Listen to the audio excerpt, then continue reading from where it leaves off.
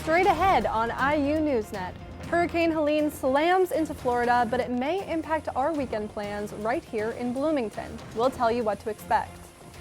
And we'll take you inside a free food pantry right on campus, open to any student, no questions asked. We'll show you how La Casa is using food to create community. And football is 4-0 for the first time in 4 years. If they win this weekend, they'll be 5-0 for the first time since 1967. IU NewsNet starts now.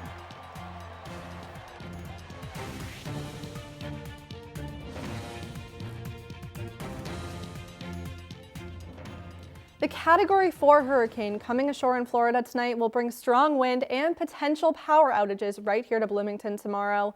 Welcome to IU NewsNet. I'm Talia Goodman. And I'm Emma Gladstone. Hurricane Helene covers 1,000 miles from end to end.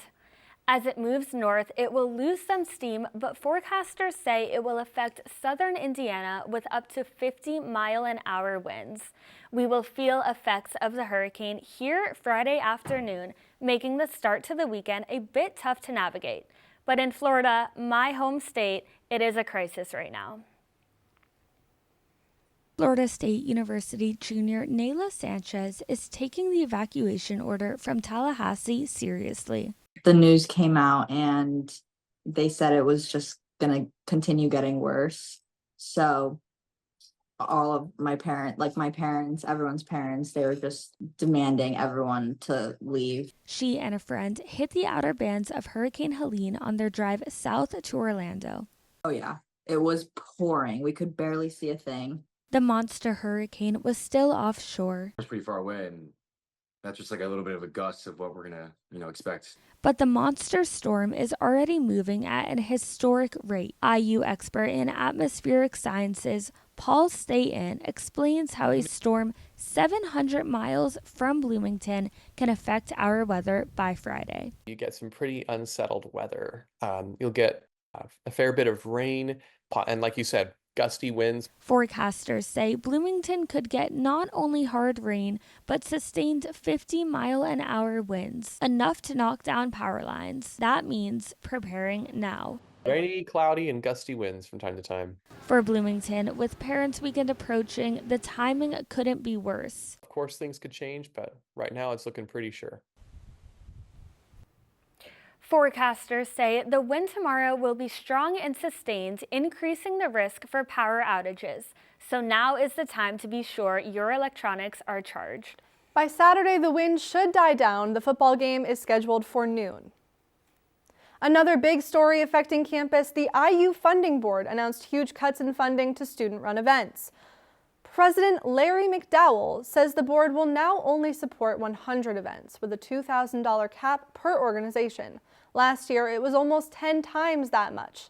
This change is expected to affect many campus clubs, especially those that regularly host events.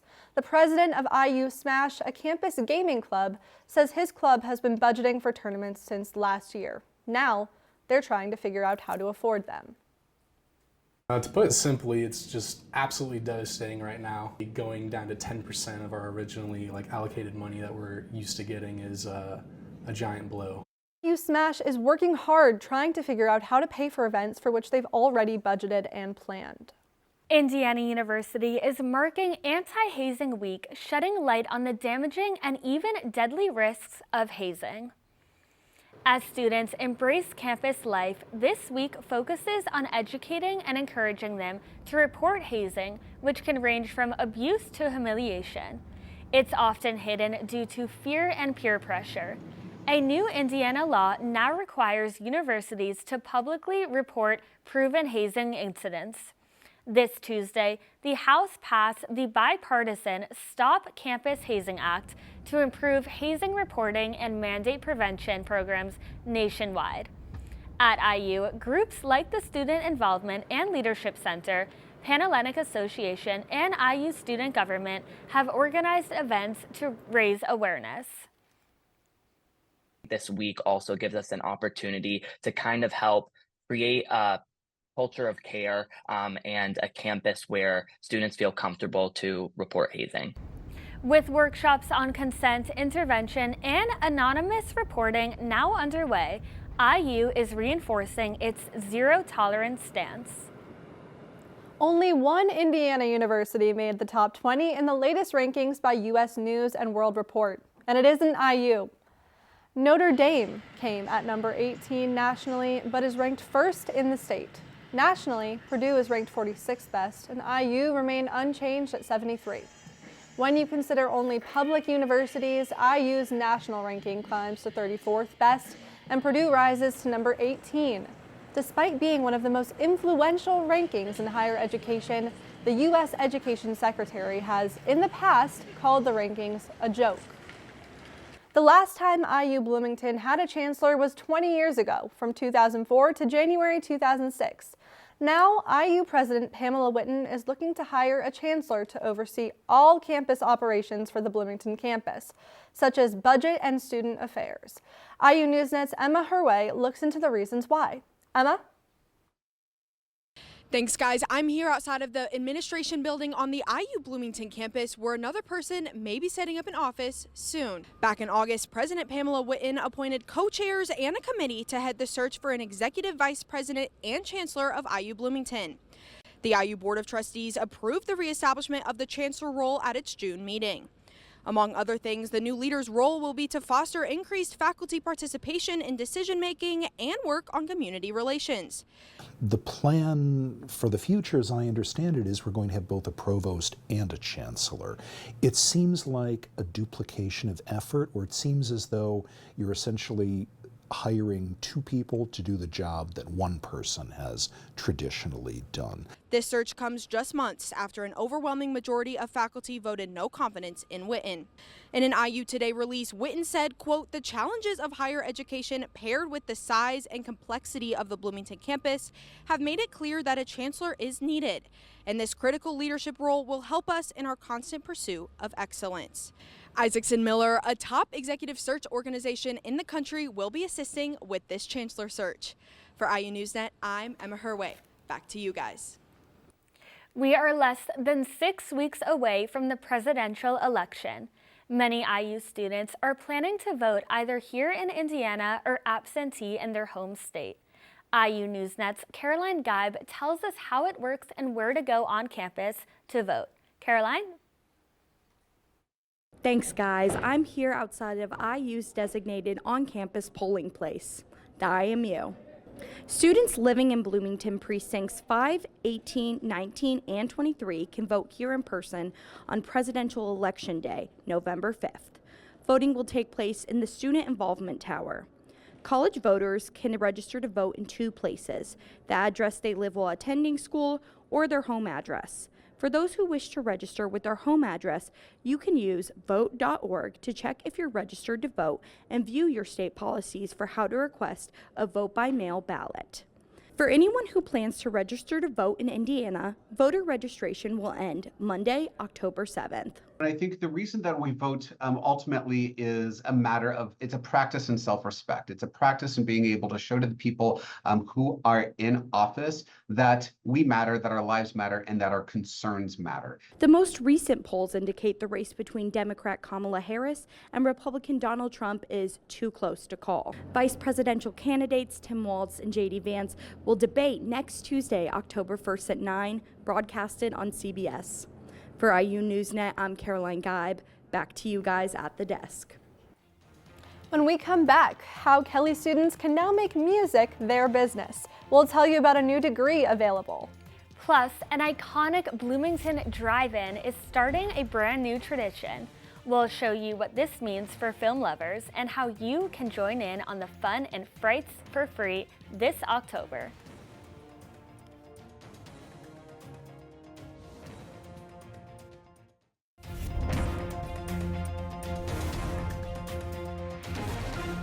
Welcome back. What does the Jacobs School of Music have to do with getting a degree from the Kelly School?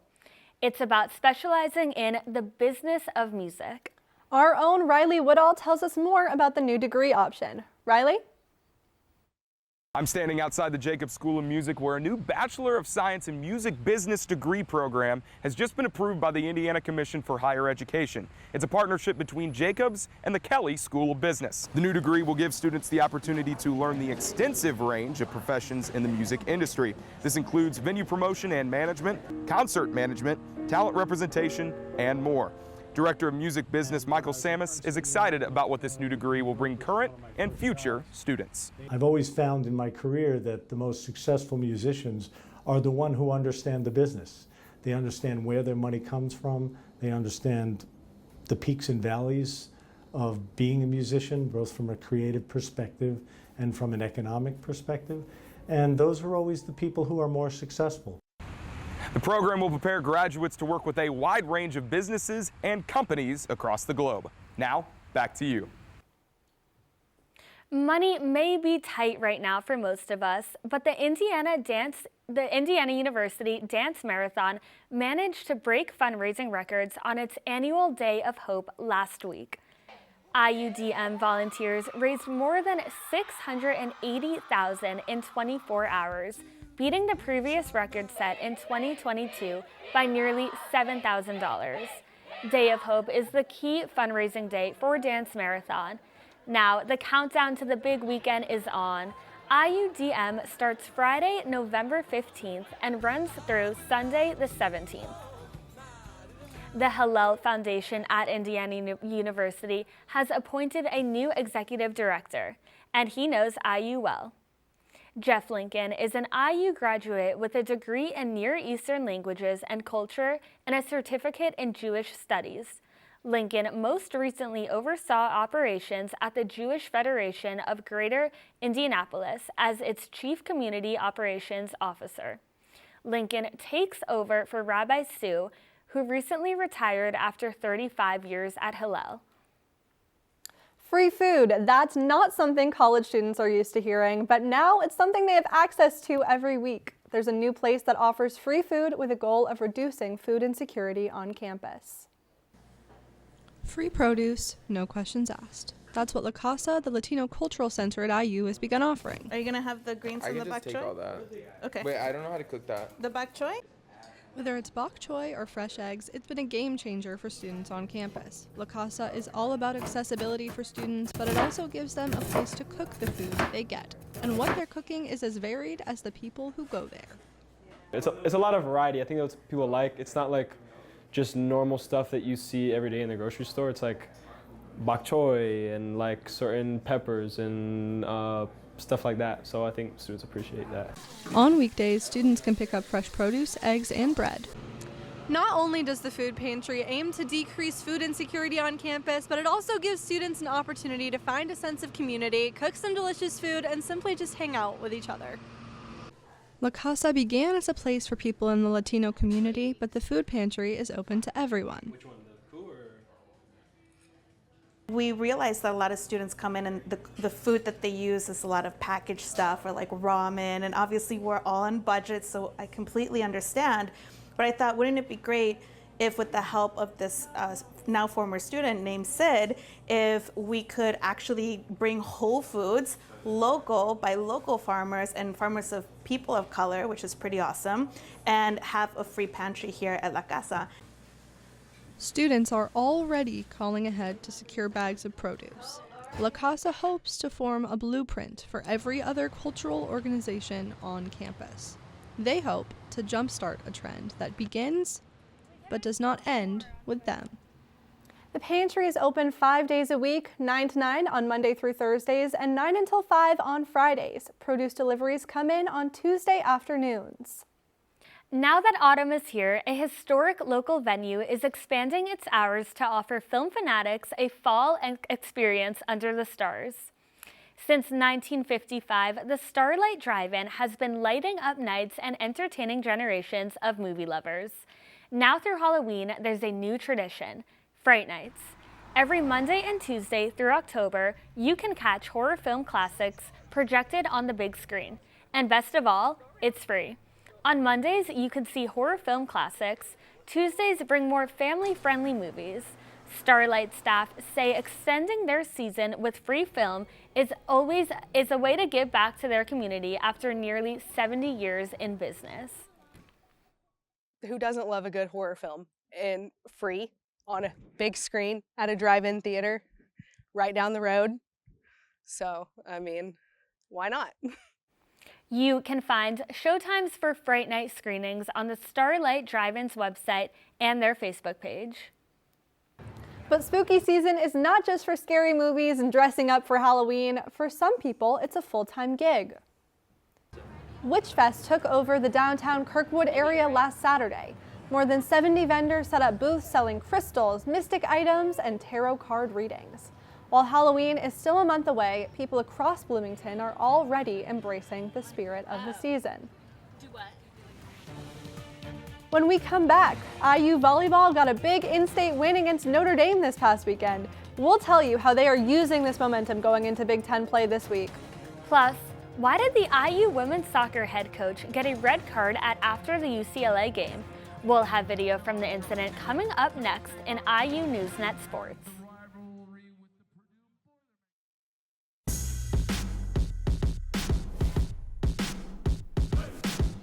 Welcome back. We may be in for a windy, rainy weekend, but IU football is hoping to break a streak that is nearly 60 years old.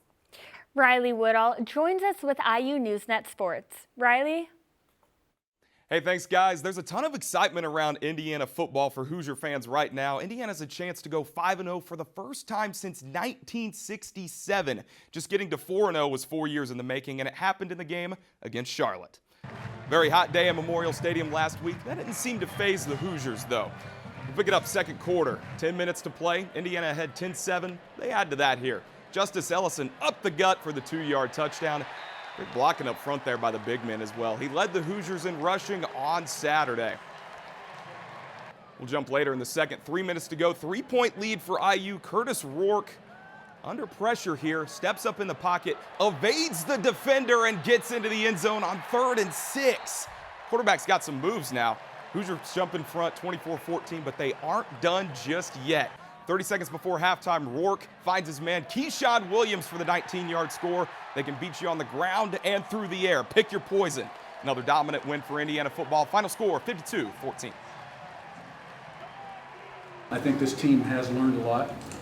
I think they've developed some pretty strong intangibles. We certainly have strong character on this football team. And a lot of really good guys as well as good players. We're looking forward to what's ahead.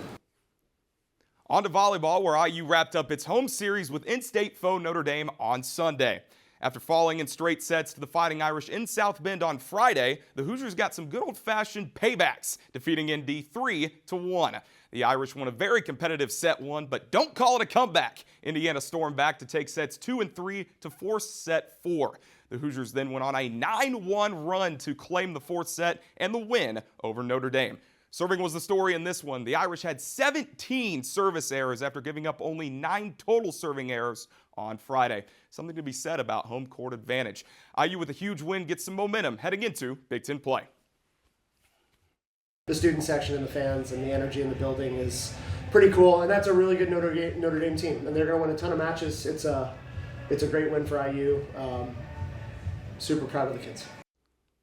One of the top recruits in college basketball has Indiana on his short list. Braylon Mullins recently visited IU, North Carolina, and UConn. He's a 6'5" guard out of Greenfield Central High School. Mullins is a proven long-range threat, knocking down 47% of his threes in 3 SSB play during the spring and summer. He's also quick and decisive on the defensive end, averaging 1.4 steals per game. Mullins currently ranks as the number 16 recruit in the 2025 class, according to 24/7 Sports. He is set to make his decision in late October or early November.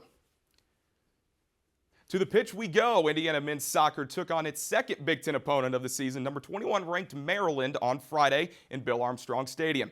The Hoosiers outshot the Terps 16-14, but failed to capitalize on any of their opportunities.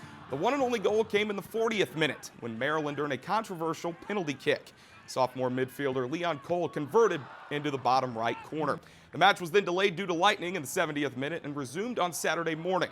Despite a dominant 20-minute stretch, Indiana couldn't find the back of the net. The Hoosiers fall to 2-3-3 on the season. And finally, Indiana women's soccer played host to 2 of the 4 new Big Ten Conference teams this past week, UCLA and USC. The Hoosiers lost a tough 1-0 match to the Bruins on Thursday, but the biggest story came after the game. Head coach Erwin Van Bennekom got a red card in the handshake line, which means he was suspended from the USC match. So that put associate head coach Tim Verscherwin in charge against the Trojans. There's a lot going on here. The rainy match on Sunday saw no score between the 2 Big Ten foes in the first half, but USC found pay dirt twice in the second half to take a 2-0 win over Indiana. The Hoosiers fall to 5-3-1 and 0-3 in Big Ten play. Man, drama, drama, and more drama this week for Indiana, just like my favorite soap opera, Love Island USA. That's not the good kind, by the way. That'll do it this week in sports. I'm Riley Woodall. Back to you guys at the desk. Thank you, Riley. Now to the good kind of drama. America's Got Talent has crowned its newest winner, and he's from right here in Indiana. A Terre Haute janitor, Richard Goodall, took home $1 million during the AGT finale Tuesday night. Goodall went viral after winning Heidi Klum's Golden Buzzer for his rendition of Journey's Don't Stop Believin'.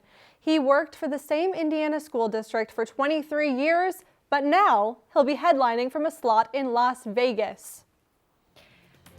That is crazy. He won on America's Got Talent, and he's from right here in Indiana. I know, I can't believe it. And I heard that he even proposed to his longtime girlfriend before the win. He so did indeed. Congrats. He did indeed. And that's it for IU NewsNet for now. We have a behind-the-scenes student production team in the control room and working in the studio for this broadcast. We thank them, and we thank you for watching. I'm Emma Gladstone. And I'm Talia Goodman. Be sure to follow us on Facebook, Instagram, and Twitter at IU NewsNet. Take care, and we will see you next week.